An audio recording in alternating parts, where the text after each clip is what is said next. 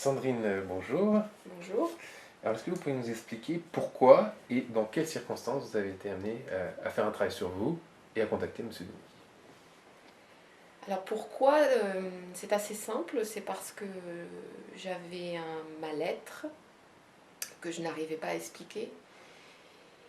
Et du coup, j'ai été amenée à me poser la question de savoir comment me séparer de ce mal-être, comment résoudre mon problème, comment arriver à être heureuse dans ma vie tout simplement.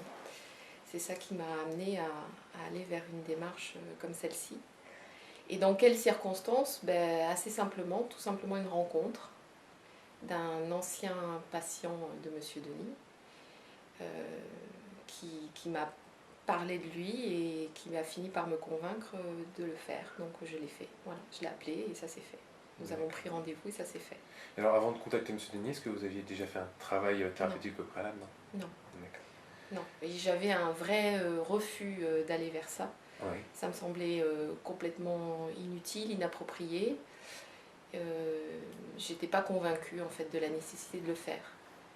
Donc la nécessité de le faire est apparue un peu en amont, c'est-à-dire je me suis rendu compte, il faut quand même se rendre compte qu'on a un problème et l'accepter déjà pour aller vers cette démarche-là. J'étais persuadée que je n'avais pas de problème et je refusais d'admettre que j'avais des problèmes.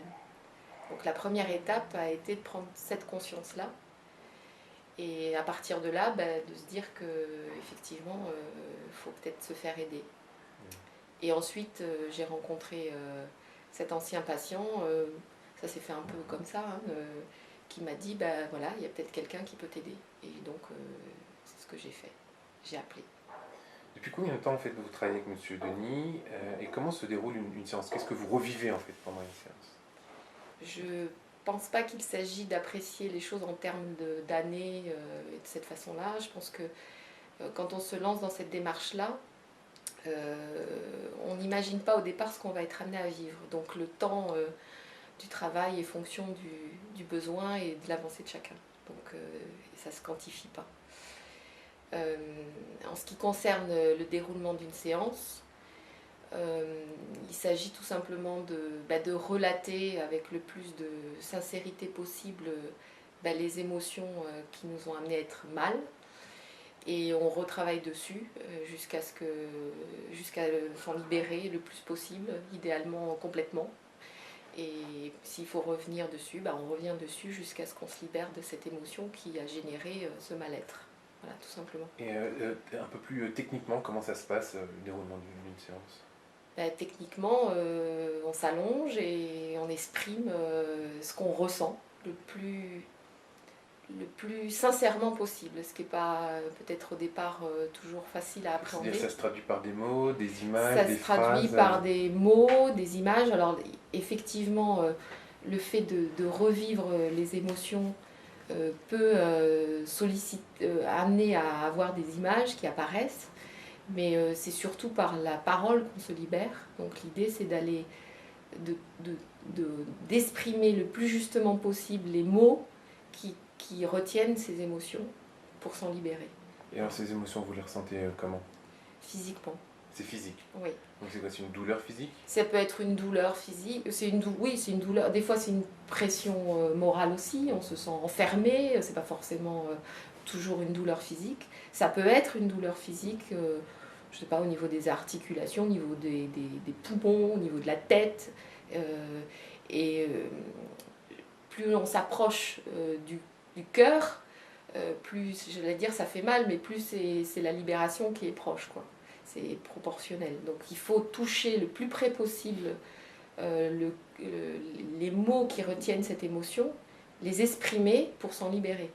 Et après, d'ailleurs, on ressent cette libération, c'est-à-dire qu'il y a le corps qui se détend complètement, et on se sent tout d'un coup beaucoup mieux qu'avant, et assez différent d'ailleurs, puisque en fait cette émotion est partie. Donc du coup, on se ressent nouveau dans son corps. Donc, si je comprends bien, vous partez d'une douleur physique ou émotionnelle, elle est Ouais. restimulée par des mots ou des images, et le fait de le répéter à voix haute, ça stimule la douleur, puis ça la libère. Exact. D'accord. Exact. Lors des différents enregistrements que j'ai pu faire avec d'autres patients, beaucoup ont parlé en fait de leur vie prénatale. Comment ça se passe pour vous? De la Est-ce même que c'est dans la façon. vie courante, lors de la naissance, lors de la vie prénatale, que le travail se passe? Alors, l'origine est, j'allais dire, presque toujours dans la vie prénatale. Mais c'est vrai qu'on n'y va pas forcément du premier coup. Par exemple, on va vivre une situation dans notre quotidien, quelle qu'elle soit, quelque chose de désagréable. Donc on a l'impression que c'est à la date d'aujourd'hui. Et en revivant cette situation et en la relatant, ça va faire comme des sauts de puce, si je puis dire, et on va remonter le fil du temps et on va, assez naturellement d'ailleurs, aller dans sa vie prénatale. Voilà. Et on s'aperçoit que l'origine et la cause des problèmes est la plupart du temps dans sa vie prénatale même. D'accord. Est-ce que vous pouvez nous donner un exemple concret de ce que vous avez pu vivre dans votre vie prénatale? Exemple concret, oui, on ressent par exemple le fait de ne pas avoir été un enfant désiré, par exemple, ça c'est des choses qu'on peut ressentir. Alors par exemple, on peut très bien vivre un événement qui ne semble rien avoir avec cette vie prénatale. Je sais, par exemple, je ne sais pas moi, certains vécus ont pu effectivement nous faire souffrir et qu'on a emmagasiné un certain nombre de souffrances. Mais tout ça est lié quand même à l'émotion de base. La cause, c'est pas la souffrance, et le fait de revivre ça n'est qu'une restimulation. La cause, c'est l'émotion, et c'est celle-ci qu'il faut aller chercher. Et la plupart du temps, elle se situe dans la vie prénatale. Mais pour prendre d'autres exemples, prenons l'exemple par exemple du fait que il m'est arrivé de me trouver dans une situation où je n'arrivais pas à faire un exercice physique, comme le fait de sauter sur un banc. Ça peut paraître tout simple, mais j'avais un blocage et j'étais incapable de sauter sur ce banc. Et physiquement, mon corps se bloquait, voire même se détournait de ce banc. Ça peut sembler comme ça anodin, et se dire, bon, bah, c'est pas grave, je vais passer à autre chose. En fait, j'ai travaillé sur ce point-là, et je me suis rendu compte que la cause de ce blocage n'avait rien à voir avec le banc, mais que le banc n'était qu'une restimulation, et qu'en fait la cause était dans ma vie prénatale et sur le fait que j'avais enregistré des paroles, notamment de ma mère, qui me disait elle n'y arrivera pas, ou tu n'y arriveras pas, ou etc. Et donc, du coup, d'une certaine façon, à chaque fois que je me trouvais devant un obstacle, eh ben, je reproduisais le même schéma de dire ben, je ne vais pas y arriver. Voilà, je ne vais pas y arriver, avec un espèce de doute insurmontable qui me mettait dans l'incapacité de faire. Et j'avais la peur d'y arriver, et la peur de passer l'obstacle. Avec cette peur de l'inconnu, puisque bon, finalement, je me complaisais dans cette incapacité de le faire. Voilà. Voilà le genre de situations qui peuvent se produire. J'avais aussi un problème, c'était le fait que je n'arrivais pas à aller me coucher. Pour moi, il y avait un refus sur le fait d'aller me coucher. C'était un vrai supplice. Et j'ai passé de nombreuses nuits à ne pas dormir dans mon lit. Et en fait, je me suis rendu compte, en travaillant dessus, que là aussi, il y avait un refus, mais qui cachait une peur et un interdit qui était aussi, qui trouvait sa cause aussi chez ma mère, où je revivais des choses que j'avais entendues, c'est-à-dire que le fait d'aller se coucher, c'est finalement synonyme de passage à l'acte, donc tu vas forcément faire l'amour, et faire l'amour c'est sale, et comme c'est sale, eh ben, t'es une salope.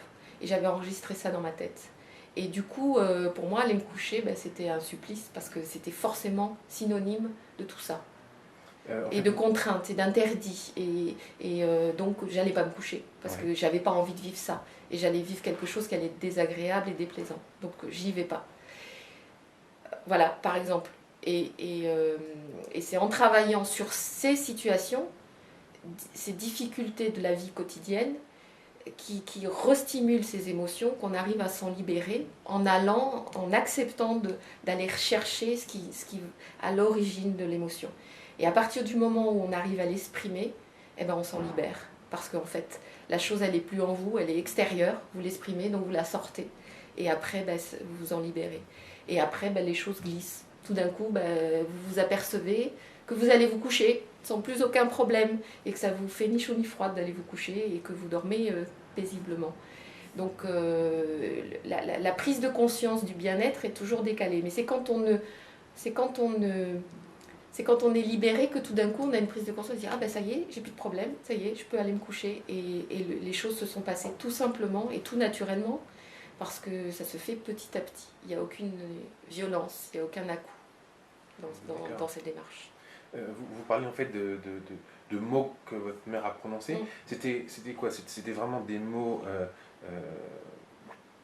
c'était par le langage verbal que ça s'est produit ou plutôt par des émotions intérieures que votre mère vous a retransmises?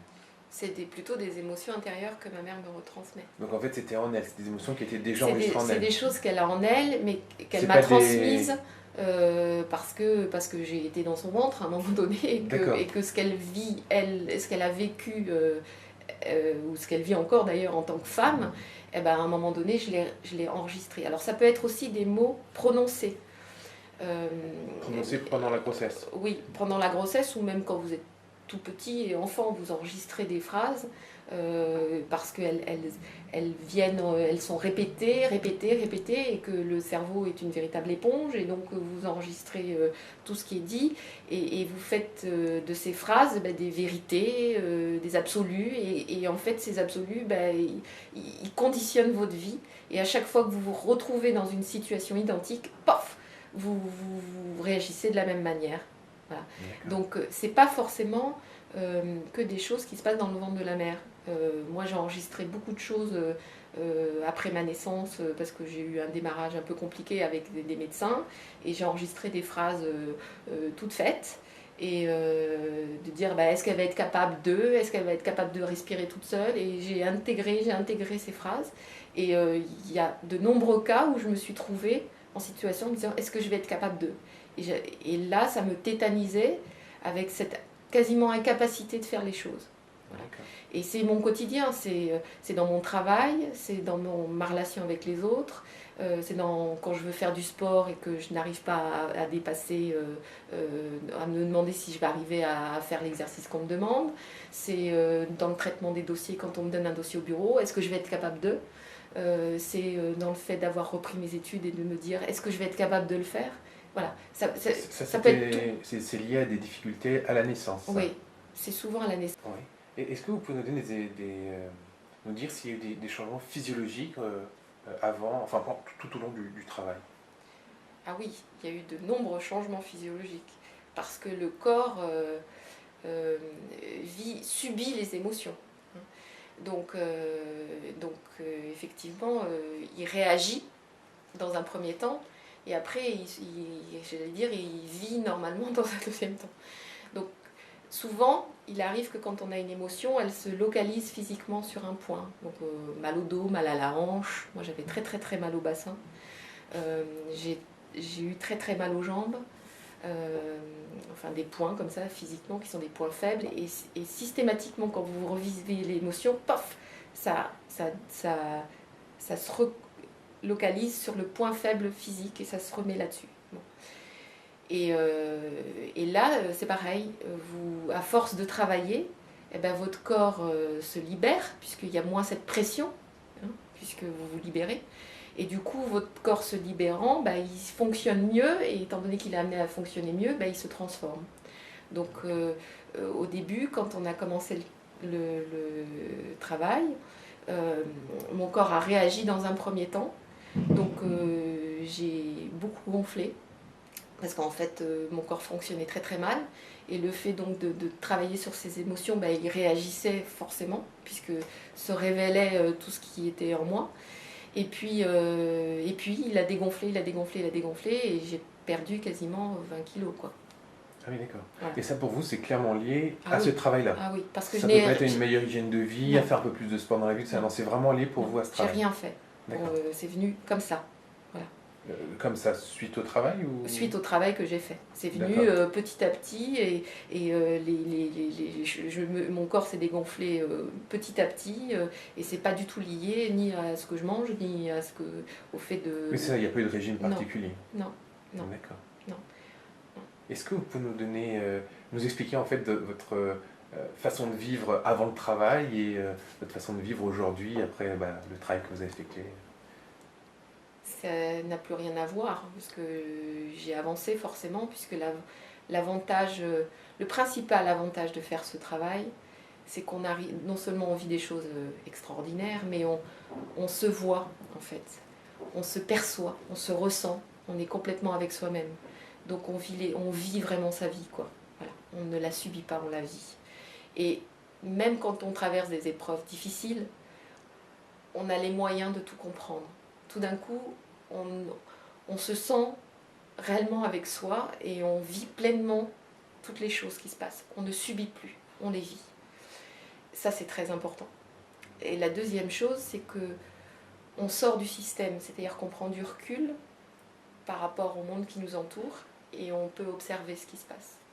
Et donc avoir un regard critique. La critique étant aussi bien positive que négative d'ailleurs. Et du coup, on a l'impression de comprendre l'environnement dans lequel on vit, Oui. mais bien au-delà du quotidien. Hein. On a un regard beaucoup plus posé sur les choses. Donc on peut observer, voilà, et se comprendre, et vivre pleinement ce qu'on vit. Et ça, c'est la plus belle liberté, en fait. Et donc j'imagine que concrètement, il y a eu des changements au niveau du travail, au niveau des amis.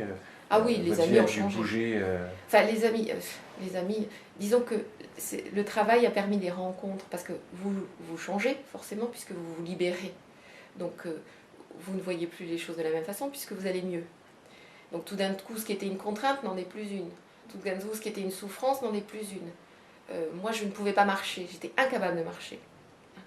Aujourd'hui, je traverse les Pyrénées à pied. Donc, forcément, ma vie a changé, et forcément, ces nouveaux événements ont généré des rencontres, par définition. Et donc ces rencontres vous enrichissent et sont des maillons pour, encore une fois, vous permettre d'avancer. Donc forcément, j'ai rencontré des gens nouveaux et j'en rencontrerai encore des nouveaux, c'est évident. Et puis, voilà, les choses se font, encore une fois, tout à fait naturellement. Il n'y a pas de cassure. J'ai jamais rompu réellement avec quelqu'un. C'est juste, j'ai continué à avancer, quoi. Voilà. Donc, il y a des rencontres, et vous vous nourrissez des rencontres, et vous avancez, tout simplement. Voilà. Une dernière question. Pourquoi vous avez accepté de faire cet enregistrement? Est-ce que vous voulez laisser un témoignage? Est-ce que c'était plus par remercier le thérapeute qui vous a aidé? Pourquoi vous avez accepté? Alors, parce que c'est pas évident de laisser un témoignage comme ça. Non, c'est pas évident, et surtout, peut-être que c'est encore aujourd'hui à contre-courant de la médecine traditionnelle. Donc, mais il faut bien commencer un jour par dire les choses et en témoigner. La première démarche, ça a été pour remercier la personne qui m'accompagne dans cette démarche. Parce que c'est un travail de longue haleine et de patience. Et je trouvais qu'à un moment donné, lui témoigner, lui donner en retour un minimum de gratitude, c'était le moins qu'on puisse faire. Voilà. Et si ça peut permettre à d'autres de se poser des questions en se disant peut-être que il faut voir les choses autrement, et tant mieux. Comme ça, on aura réussi et ce sera un moyen de lui donner un minimum de reconnaissance. Je pense qu'il le mérite, à titre personnel. Bon, ça, c'est la première chose. Après, au-delà de ça, si quelques personnes réagissent ou entendent et voire écoutent ces propos, peut-être que ça suscitera une nouvelle avancée vers d'autres modes de guérison. Et un peu différents, mais aussi, assez performants. En tout cas, moi, je suis là pour en témoigner. Voilà. Sandrine, merci beaucoup. De rien.